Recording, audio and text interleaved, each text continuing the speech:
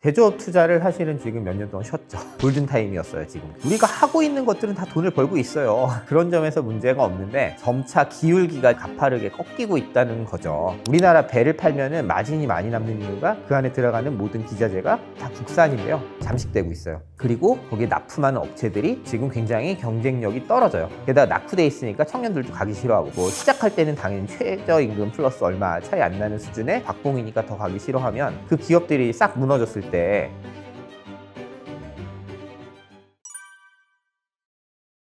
안녕하세요. 저는 경남대학교 사회학과 양승훈 교수고요. 저는 주로 연구하는 게 이제 제조업에 대해서 연구하고, 제가 이제 경남 마산에 있다 보니까 근처에 이제 산업도시가 많습니다. 뭐 창원, 거제, 울산, 포항 이런 곳들을 돌아다니면서 현장도 좀 보고 그쪽에서 일하시는 분들 어떤 어려움이 있는지 이런 것들 좀 살펴보는 것들을 주로 제 연구 분야로 삼고 있습니다. 요즘에 이제 뉴스를 보면은 사실은 좀 걱정을 하는 것들이 이제 트럼프발 관세 전쟁이 있기 때문에 우리나라도 이제 상호 관세를 부과받았고, 이렇게 되면 이제 두 가지 문제가 있는 거죠. 첫 번째는 이제 우리나라에서 수출을 많이 하는 나라인데, 우리나라는 사실 수출로 먹고 사는 나라인데, 그 수출품들, 제조업에서 만드는 그러한 제품들이 관세를 많이 맞아가지고 경쟁력을 잃으면 이거 어떻게 하냐, 이런 걱정이 있고, 두 번째는 사실은 또 이런 것도 있는 거예요. 현대자동차 같은 경우가 그런데 이제 미국에서 더 많이 생산을 해야 된다고, 그쪽에다 공장을 많이 지으면 우리나라에서 많이 생산을 안 하게 되니까 그러면 고용은 어떻게 되고 지역 경제는 어떻게 되냐, 이런 게 이제 외부발 이제 문제이고요. 내재적인 문제도 있죠. 내재적인 문제라고 하면은 우리가 이제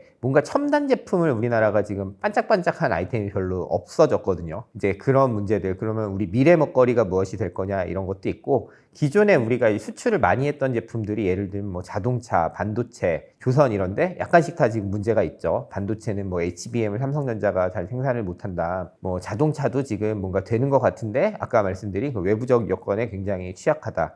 그다음에 세 번째, 조선도 사실은 굉장히 요즘에 호황이라고 하는데 얼마 전까지만 해도 굉장히 위기여서 막 공적 자금도 받고 그랬거든요. 그럼 그런 위기가 과연 해소된 건지, 이런 이제 잠재적인 지금 어려움들이 지금 있고, 그걸 총합해서 대한민국이 이제 세계에서 5번째 되는 제조업 강국이라고 하는데 과연 이제 계속 지속이 가능한지, 이런 질문들이 아마 제조업 위기다, 이런 이야기로 들리는 것 같습니다. 그게 이제 지표로 봤을 때는 아직은 실현된 거는 그렇게 많지가 않은 거예요. 예를 들면 중국이 인건비가 싸다. 그런데 이제 기술력도 좋아졌다. 그러면 이제 우리가 중국하고 경쟁해서 될까? 근데 이게 약간 가려지는 측면이 있는 거죠. 예를 들면 이제 배가 아주 전형적인 경우인데, 저는 이제 주로 조선업을 연구하니까 지금 배가 굉장히 이제 2015년부터 해서 지금 한 거의 10년 가까이 이제 호황이 아니고 불황이었거든요. 그러니까 수주가 안 될 때는 그 위기가 잘 보여요. 수면이 물이 다 고갈되니까 바닥이 다 보이니까. 그런데 지금 또 시장 상황이 좋거든요. 수주가 되게 많아요. 근데 이제 수주가 잘 되니까 조선 3사 굉장히 잘 나가는 것 같고, 뭐 현대, 삼성, 이제 한화가 다 잘 나가는 것 같지만, 사실은 알고 보면 이제 문제들이 있는 거죠. 이제 문제들이 있다는 건 어떤 거냐면, 작년에 이제 키스텝이라고 이제 한국과학기술평가원이 있는데, 그쪽의 평가를 보면 이제 경쟁력에서 우리나라가 처음으로 이제 중국한테 졌어요.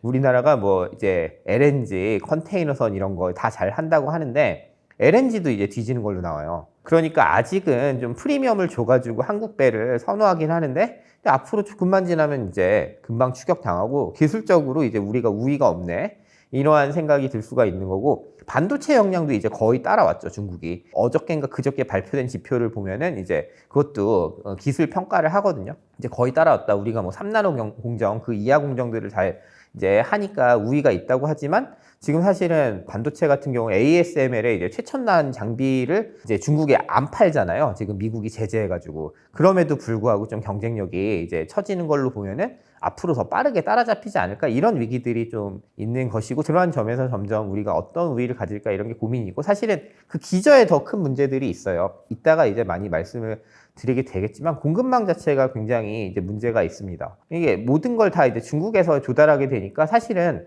배 같으면은 그 안에 들어간 기자재라고 이제 부품들이 대부분 다 국산이거든요. 우리나라 배를 팔면은 마진이 많이 남는 이유가 그 안에 들어가는 모든 기자재가 국산. 예를 들면 포스코에서 제공하는 강판, 거기에 들어가는 의장재라고 하는 부품들이 있는데, 그런 것들 다 국산인데요. 잠식되고 있어요. 그리고 거기에 납품하는 업체들이 지금 굉장히 경쟁력이 떨어져요.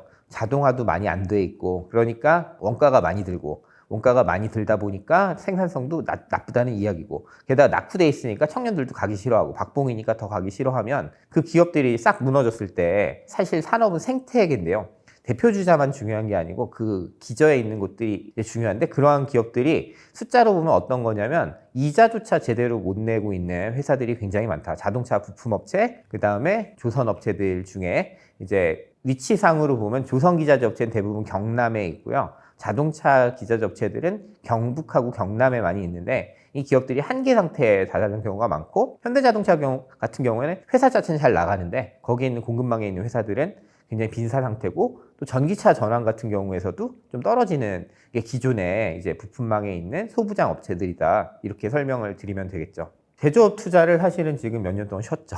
지난 정부에 그냥 기존 하던 거는 했고, 기업들 투자할 때 매칭으로 해주는 거 정도 했지만, 사실은 우리나라가 이제 제조업을 본격적으로 한 건 70년대부터라고 볼 수가 있는데, 한 50년 열심히 했는데 요 몇 년 쉰 거죠. 그러니까 어느 정도 대대적으로 하는 거냐면, 뭐 설비 투자를 할 때 뭐 차관을 빌려올 때 보증을 서주는 것도 있고, 직접 국가가 산단을 조성하는 경우도 있고, 산단 조성만 해주는 게 아니고 근처에 주거지도 조성해주고 연구단지도 조성하고, 이런 걸 다 하는 거를 이제 다 투자라고 할 수가 있는데, 그게 삭감당하고 그랬었잖아요. 몇 년 전에 R&D 삭감도 사실은 일종의 제조업 투자가 맞거든요. 그러한 것들이 이제 좀 정상화가 돼야 되는데, 사실은 지금 골든타임이었어요. 지금 굉장히 몇 년이 지금 우리나라 제조업의 체질 개선을 해야 되는.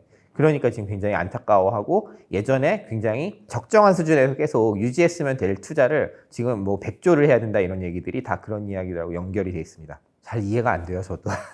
약간은 정치적 맥락도 있고, 물론 이제 이게 그런 거죠. 대부분 연구개발 투자나 설비 투자 같은 거 바로 성과가 안 나요. 그리고 연구개발 해가지고 만약에 기초연구나 뭐 이런 데도 스타트업 많은데, 그런 기업들 하면은 100개 중에 몇 개나 이제 성공을 하겠어요. 근데 그런 걸 낭비라고 생각하거나 카르텔이라고 생각하면은 사실은 이제 투자를 적게 하게 되는 것인데, 뭐 그런 문제들이 있었던 거죠.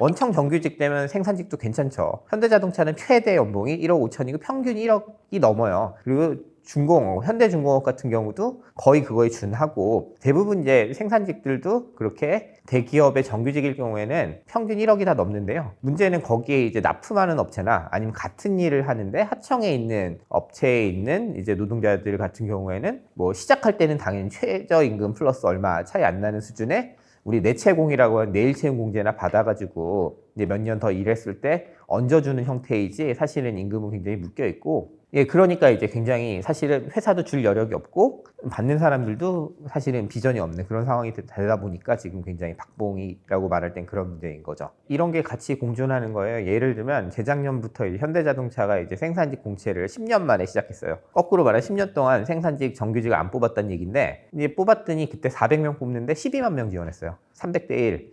그리고 요즘에 조선업에 사람이 없다고, 그래서 외국인 쓰겠다, 그래서 이주 노동자들을 지금 이제 거의 10,000명 가까이 들여왔는데, 그 경우에도 정규직 공채하면 비슷한 경쟁률이 나와요. 그러니까 청년들이 제조업을 기피한다기보다는 하청업체에서 일하면 비전도 없고 당장 임금도 낮고 그럴 바에 그냥 쿠팡 가자, 지금 약간 그러한 상황인 거죠.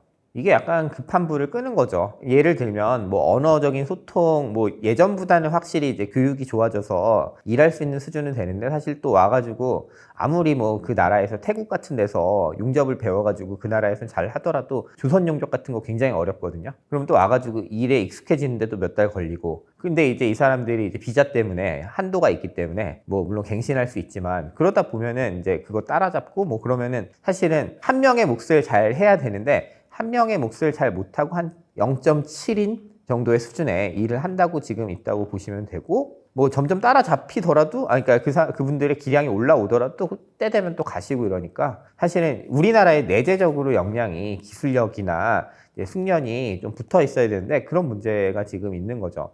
그러니까 청년들이 제조업을 싫어하는 게 아니라면야, 어느 정도 일정 수준은 사실은 괜찮은 처우로 뽑아야지 사실은 미래에서도 계속 경쟁력이 있는 거 아니겠어요? 지금 그 문제가 있는 거죠. 울산이 사실 우리나라 제조업의 대표 도시로 만든 곳이에요, 애초에. 그러니까 62년, 3년에 이제 국가공업센터라는 걸 가지고 이제 정부가 직접 드라이브해서 이제 산업화를 시작할 때 거점이 울산이었고요. 그 다음에 1호 국가산단이 울산이고, 울산에 우리나라의 주력 제조업이 자동차 조선에 가장 큰 공장이 있고, 현대자동차는 세계 3위 브랜드고요. 그 다음에 조선은 세계 1위 브랜드가 현대중공업이잖아요. 그리고 여기가 고용을 사실은 뭐 수십만 명을 하는 지역이니까 여기가 사실은 어떤 제조업 도시보다 여건이 좋았거든요. 그런 측면에서 이제 울산이 중요하고, 또 하나는 이제 우리가 이촌향도 이런 말이 있습니다. 이촌향도. 촌에서 도시로 간다 이거잖아요. 이촌향도. 근데 사실은 다 사람들은 서울로 간 거라고 생각해요. 이촌향도 하면 시골에서 서울로 갔다. 근데 사실은 굉장히 7, 80년대, 90년대까지 굉장히 많은 사람들이 사실은 산업도시로 간 건데, 예를 들면 뭐 전라도 해안가에서 광주를 거쳐서 이제 울산으로 가고 창원으로 가고 이런 흐름들이 있었는데, 거기서 대표 도시가 어디냐? 울산인 거죠. 그러니까 서울로 간다는 거는 대학을 나와서 이제 졸업을 하고 화이트 칼라가 되는 거죠. 보통은 이제 기대하는 게. 근데 이제 울산으로 간다는 것은 생산직이 되는 거였거든요. 근데 생산직이 됐는데 아까 이제 연봉 높다고 했지만 그렇게 정규직 돼가지고 이제 중산층이 되고 고소득자가 되는 그런 비전을 울산이 만들었기 때문에 울산이 약간 대표 도시인 거죠. 제조업으로 잘 사는 대표 도시. 예를 들면 독일에 그런 도시들 많잖아요. 뮌헨 같은 데 이제 BMW 하고 뭐 스투트가르트 가면 벤츠가 있고 뭐 이런 식으로 이제 그런 도시들이 이제 대표 도시고, 거기에서는 이제 공장 다니면서도 굉장히 잘 사시는 분들이 많은 건데, 그런 모델 도시로서도 중요하고 주력 제조업이 모여 있다는 점에서도 중요하고, 이런 점에서 이제 울산을 제가 주목하는 거죠. 지금 이제 그거를 가장 쉽게 드러내주는 지표가 뭐냐면 2015년 이후부터 지속적으로 GDP가 감소해 왔어요. 첫 번째. 그거는 뭐 조선업의 위기도 있고 뭐 자동차가 저기 중국에 덜 팔려서 그러다가 철수하게 되고 이런 것도 영향이 있지만, 또 하나는 이제 고용이 사실은 굉장히 줄었어요. 질 좋은 고용이 굉장히 줄었다는 게 있고, 마지막 지표는 뭐냐면 인구 유출이죠. 인구 유출이 굉장히 벌어지고 있다는 것이 기존의 산업들이 어려워졌다는 걸 방증하는 거죠. 예를 들면 지금 제조업체들도 사실은 요즘 수도권으로 많이 입지를 하고 있습니다. 그게 이제 굉장히 중요한 문제인데, 예를 들면 SK 하이닉스 신공장을 유치하는데 구미하고 용인이 붙는데 구미를 안 가고 용인을 가는 거죠. 뭐 여러 가지 이유가 있는데 인재를 확보하기 어렵다.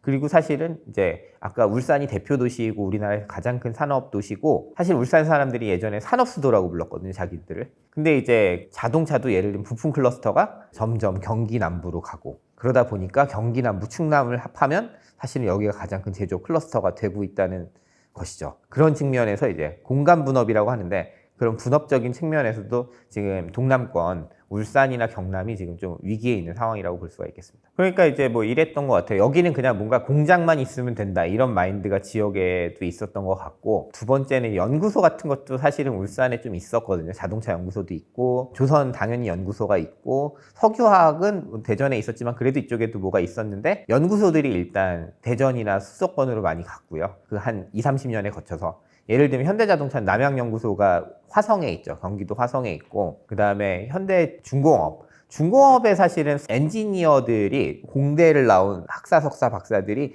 울산에서 원래 다 근무했거든요. 근데 다 판교로 가고 있어요. 그러니까 이제 그런 식으로 가면은 연구소가 우선 가고, 연구소와 엔지니어링이 가고, 그러다 보면 이 사람들 일하기 가까운 쪽에다가 나중에는 공장도 짓고 이러한 상황이고, 그 다음에 또 뭐가 딸려가냐면 거기에 들어가는 부품 기자재 업체들이 연구소 근처로 가요. 그러다 보니까 아까 말씀드린 현대자동차 부품업체들 중에서 이제 돈을 잘 벌고 싶다, 안정적인 수급을 하고 조금 더 퀄리티를 높이고 싶다, 그러다 보면은 이제 경기 남부로 가다 보니 지금 이런 일들이 벌어지고 있는 거죠.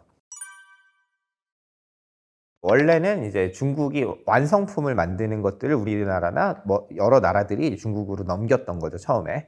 예를 들면 차의 완성차를 뭐 중국에서 만들거나, 아니면은 뭐 핸드폰을 이제 저기 애플이 이제 팍스콘 같은 데를 통해서 중국을 경유해서 이제 생산을 하잖아요. 그런 걸 했는데 이제는 중간재도 따라오고 있어요. 거기 들어가는 핵심적인 부품들도 잘해요. 근데 그게 사실 굉장히 정밀하거나 기술적 난이도가 높았던 것들인데, 아까 말씀드린 반도체도 있는 거고, 뭐 반도체도 사실은 조그만 반도체가 있고요.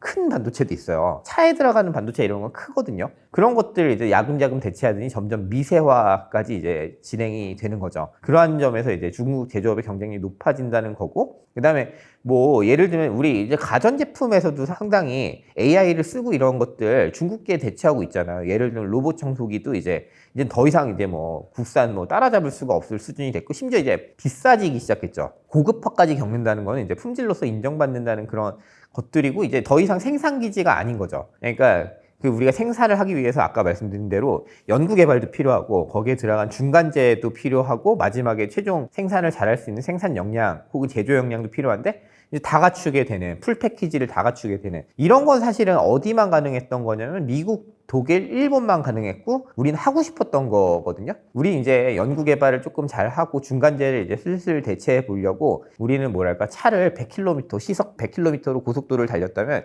이들은 갑자기 나타나서 200으로 지금 달리고 있는 그런 상황이니까 우리가 추월당할 수 있다 이런 느낌들이 계속 오고 사실은 우리나라에 이제 뭐 10대 주력 상품 이런 것들을 뽑는데 다 중국하고 경합하고 중국한테 하나씩 넘어가고 이제 과반이 넘어가는 상황이 된 거죠. 그러니까 예를 들면 만드는 측면에서 이제 중국을 따라가기가 참 어려운 거예요. 싸게 만드는 예전에 싸게 만들어서 이제 굉장히 우리가 중국산이 싼데 적정한 수준의 품질이다 이렇게 이야기했다면 지금은 싼데 이제 품질도 훨씬 우월하고 이제는 싸지 않아도 품질이 우월하니까 사게 되는 그런 상황이 있는 거고 이게 이를테면 이런 거죠. 그러니까 굉장히 밀도 있게 이제 우리는 이제 시간을 들여야 되는 것들은 예를 들면 이런 거죠. 고속열차가 지금 중국이 제일 잘하거든요. 세계에서.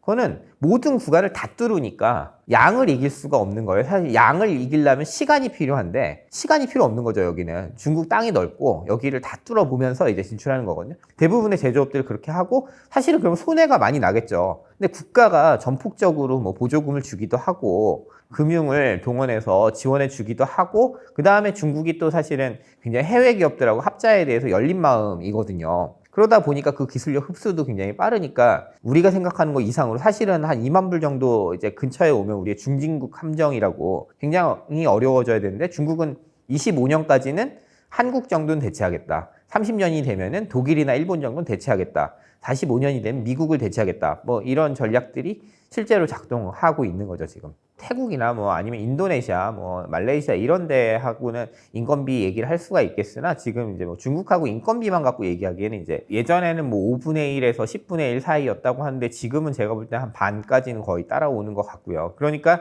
이제 인건비 메리트 자체는 중국도 이제 많이 줄어드는데 왜냐면 경제 성장률이 계속 높으니까 GNI도 같이 올라가고 그러다 보면 인건비가 올라가는 건 맞고 이제는 여전히 그래도 저렴하긴 할 거 아니에요? 그거 플러스 이제 사실은 기술력을 빠르게 이제 따라잡기 때문에 두 가지를 곱하면은 사실은 이제 더 유리한 상황들이 지금 오고 있다고 볼 수 있겠죠. 선박 같은 것들이 전형적으로 사실은 중국은 벌크선만 하는 거였거든요. 가장 단순한 선박들, 가장 무식한 선박들만 하는 거였는데 이제는 우리나라가 가장 이제 고부가 가치라고 말할 수 있는 LNG도 거의 턱 밑까지 따라온 거니까요. 그럼 그 밑에 있는 컨테이너선, 유조선 이런 것들도 다 이제 중국이 싸고 품질 관점에서 이런 것 같아요. 그러니까 아직 우리나라가 20에서 30% 정도 프리미엄이 있거든요. 그러니까 20, 30% 비싸도 우리 배를 사긴 하거든요. 예를 들면 여전히 중국의 품질 보증에 대해서 믿진 않아요. 클라이언트들이 이제 이 배를 연비가 뭐 예를 들면 뭐 20나트로 뭐 얼마를 간다 그렇게 얘기했을 때 그 숫자를 믿진 않거든요. 그러니까 우리한테 프리미엄 주는데 이것도 점점 이제 그 스프레드가 줄고 있는 거예요. 그 간격이 줄고 있는 거죠. 그 갭이. 그럼 어느 순간은 오겠죠. 예, 그래서 트럼프가 관세를 다 지금 때리면서도 우리한테 안 때리는 분야가 방산, 선박도 사실은 그러한 측면인 거죠. 왜냐하면 미국은 이제 예를 들면 중국에서 300척의 배가 건조되는 동안 한 척밖에 못 만드는데 항공모함 같은 건 사실 아무 나라나 맡기면 안 되거든요. 전략적인 이게 자산이기 때문에 그리고 이제 도면 같은 게 당연히 공유돼야 도면을 가지고 이제 배를 지으면 거기에 모든 군사 정보가 들어있는 거거든요. 운용할 수 있게 이걸 시스템을 짜줘야 되니까 그러다 보니까 이제 요즘에 방산 뭐라고 하더라? 조방원이라고 하나요? 조선 방산 원자력 이 분야들은 사실은 다 안보 문제가 연결돼 있어서 정치적으로 신뢰할 수 있는 국가에만 맡기다 보니까 지금 잘 되는데 조선 같은 경우는 이제 그런 이제 수혜가 있지만 동시에 그럼에도 불구하고 역량 차이가 많이 나다 보면은 어느 순간에는 또 구나미야 수주에 가겠지만 일반 상선은 그래도 중국산이 너무 가성비가 좋아서 사야 되는 거 아니야? 이러면 뭐 주문이 나갈 수 있는 거지 안심만 할 수는 없는 거죠. 그런 측면에서 뭔가 이제 우리 해자라고 하는 거 경제적 해자라고 하는 것들을 산업에서 만들 필요가 있는 거죠. 이제 우리나라의 이제 산업화 과정을 제조업 연구자들이 뭐라고 얘기하냐면 조립형 산업화 혹은 조립형 공업화 이렇게 얘기해요. 그러니까 무슨 말이냐면 우리가 왜 빠르게 일본이나 독일 목전까지 따라올 수 있었냐에 대해서 굉장히 연구가 많은데 그거는 이제 사람의 숙련이나 혹은 이제 엔지니어들의 협업 이런 거 말고 사실은 빠르게 그 가공 선반 같은 거, 우리 NC 가공기계 뭐 NC 선반 이런 게 있는데 그런 걸 사가지고 빨리 이제 자동화를 빨리 해가지고 우리가 빠르게 많이 만드는 거에 굉장히 최적화된 체제거든요. 근데 이제 이걸 어디가 더 잘하냐면 중국이 더 잘하게 된 거죠. 그러면 이제 우린 다른 특기가 이제 필요한 상황이고, 그거는 예를 들면 우리 이제 공과대학을 많이 가니까 엔지니어들이 굉장히 많이 공급이 되고, 물론 이제 요즘 의대 문제가 있지만 이제 그 다음에 연구를 통해서 뭔가 기초 연구를 해서 우리가 상위 기술들을 사실은 원천 기술 혹은 이제 개념 설계 이런 것들을 이제 잘 하게 되면은 이건 라이센스가 많아요. 이게 라이센스에 따라서 우리가 받게 되는 프리미엄들이 있어요. 인센티브나 프리미엄 뭐 로열티가 있는데, 그런 것들 가져가면서 뭔가 이제 알박기를 할 수 있는, 예를 들면 특허로 보호할 수도 있고 아니면 비밀로서 대외비로 공개를 안 하면서 갖게 되는 기술들이 있는 거죠. 예를 들면 ASML의 기술 같은 것들은 이게 쉽게 유출이 안 되잖아요. 그러니까 우리가 그런 이제 노광 장비나 이런 걸 못 만들잖아요. 이제 그러한 것들 우리가 이제 만들어야 되는 약간 고도화의 상황이 지금 있는데, 그러한 경로로는 아직 우리가 못 나가고 있고, 그런 것들 좀 뚫어줘야 되는 거죠. 그리고 제조업 같은 경우 지금 기존에 하던 제조업들은 뭘 해야 되냐면, 아까 말씀드린 것처럼 중국과의 경쟁에서 지금 문제는 사실은 설비들이 굉장히 낙후돼 있고, 그 다음에 투자가 없고, 연구개발을 사실은 부품업체들이 못하고 원청사가 그냥 납기 주는 대로 그냥 찍어내는 것만 해왔기 때문에 여기가 사실은 굉장히 단단해져야 되는데, 그런 문제를 풀고 제조 대기업들은 사실은 연구개발의 투자를 실제로 이제 고도화된 기술을 우리가 해자들을 만드는 거에 집중해야지 우리도 이제 길이 있는 거죠. 예를 들면은 뭐 폭스바겐 같은 회사를 현대자동차가 따라잡기는 쉬워요. 이제는 우리가 생산성이 더 좋기 때문에 단가가 훨씬 싸거든요. 우리가 인건비가 비싸도 이제 효율이 좋으니까, 생산 효율이 좋고 로봇을 많이 쓰니까 좋은데, 예를 들면 근데 프리미엄 세단은 또 우리가 못 따라잡잖아요. BMW나 뭐 벤츠에 있는 세단들을 못 따라잡고 포르쉐를 SUV가 못 따라가고 이런 문제들이 있잖아요. 스포츠카 같은 거. 그런 분야들이 이제 전형적으로 이제 그러한 고급 기술이 필요하고 이런 것들은 사실은 대졸 이제 엔지니어들의 역량이 사실은 굉장히 중요한데, 지금까지는 그냥 날짜를 주면은 정해진 문제를 해결하는 것들에 굉장히 포커스가 돼 있었고, 지금은 이제 뭔가 새로운 것들 자꾸 만들어야 되는 경제 수준이 된 거예요. 우리도 인건비가 싸면 하던 대로 하면 되는데, 우리는 인건비가 비싸고 제조업에 가가지고 그냥 이렇게 갈아 넣어가지고 납기를 맞추는 방식의 설계나 혹은 생산의 문제들은 그런 방식 접근해서 이제 풀리지가 않기 때문에, 고도화라는 것들은 그러한 겁니다. 그리고 앞서 이제 자동화를 많이 시키면 생산직들의 숙련이 별로 안 필요하게 만들었는데, 그럼에도 필요하고 이분들이 꼭 필요한 분야들, 대체가 안 되는 분야들, 예를 들면 조선 용접공이나 아니 자동차에서도 또 굉장히 단차를 잡거나 이렇게 품질을 관리하는 것들은 컴퓨터로 안 되고 알고리즘으로 안 되거든요. 그런 분야에서 이제 기술자를 잘 만들고 육성하는 문제들이 이제 우리가 다음 단계로 넘어가는데 굉장히 중요한 문제입니다. 예를 들면 가장 시급한 건 지금 공급망에 있는 소부장 회사들이 역량이 떨어진다는 거예요. 그러니까 어떤 역량이 필요하냐면, 지금은 원청 대기업들이 요청하는 스펙을 줬을 때 그거에 맞춰서 하는 것만 돼 있는데 해외에다 팔 수 있는 글로벌 벤더가 돼야 돼요. 근데 그러기엔 R&D를 해본 적이 없어요. 일단 주는 도면에 맞춰서 재료 주면 그냥 해보기만 했어요.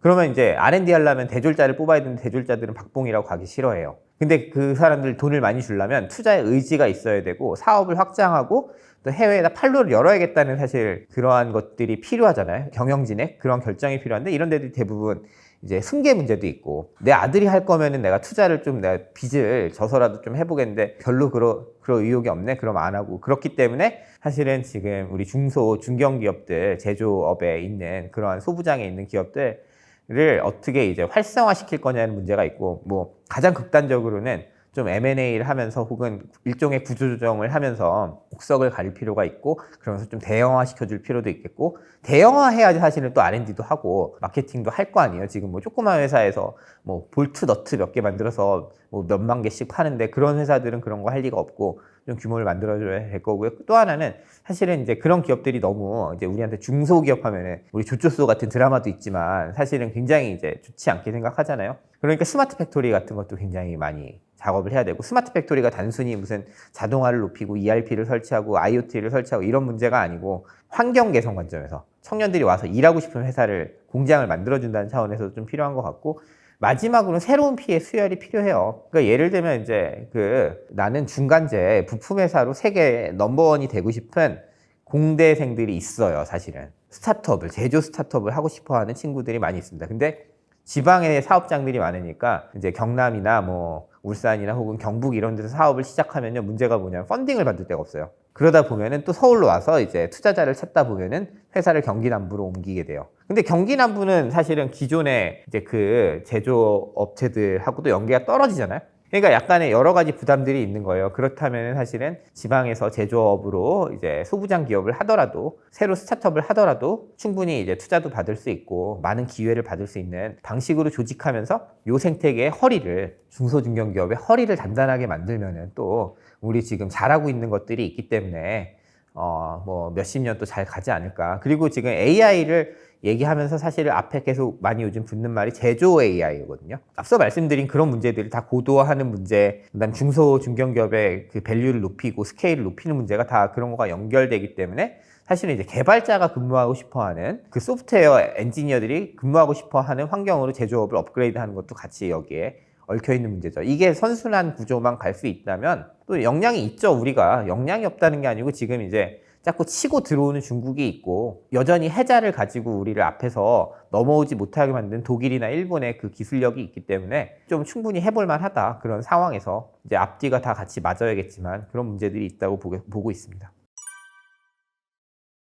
뭐 전향적으로 지금 인재들을 정부가 쓰려고 하는 것 같아요. 하정우 박사 이렇게 쓰는 거 봐도 그렇고 AI 이제 관련해서 하고, 뭐 산업 정책에 있어서도 사실은 이런 게 있습니다. 예전에 사실 산업 정책을 잘못 쓰면요, WTO에 제소당해요. 부당하게 이제 특정 산업에 보조금 몰아주면은 이제 이게 덤핑이 된다거나 혹은 여러 가지 이제 특혜를 줬다고 해서 WTO 제소되는데, 지금은 미국도 산업 정책을 하고요. 중국은 당연히 하고, 이제 제소 이런 게 문제가 아니고 모든 국가들이 이제 자력갱생하겠다라는 산업이고, 필요한 산업 찍어서 거기에 막대한 투자하기도 하고, 뭐 어떤 유치 기업들 예전에는 이제 투자를 초기에만 해요. 연구개발 단계만 우리나라가 주로 이제 R&D 투자를 강조했던 이유가 리서치에 사실은 투자를 많이 하는 거거든요. 근데 사실 리서치가 중요한 게 아니잖아요. 그게 딱 이제 스피노프 해가지고 혹은 이제 창업을 해가지고 이제 이걸 가지고 사실 돈을 벌어야 되잖아요. 그러면 초기에 우리가 데스밸리라고 하는 게 있잖아요. 이제 죽음의 문턱을, 그 계곡을 넘어설 때, 왜냐하면 돈은 안 벌리는데 기술 투자는 많이 해야 돼가지고 투자가 많이 필요한